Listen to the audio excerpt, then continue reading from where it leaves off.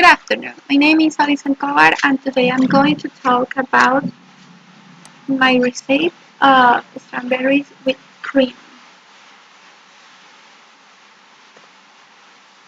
Ingredients: 6 strawberries, 1 cup of cream, 2 tablespoons of sugar, and 1 teaspoon of vanilla.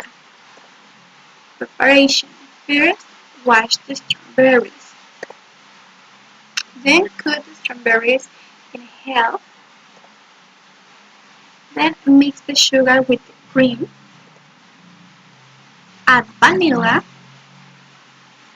Blend the cream to medium peaks.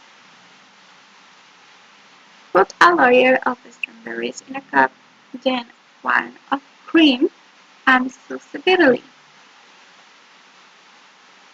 Chop one strawberry in small cubes and add them on top. Serve with mint leaf and enjoy it. Thank you for your attention. Bye.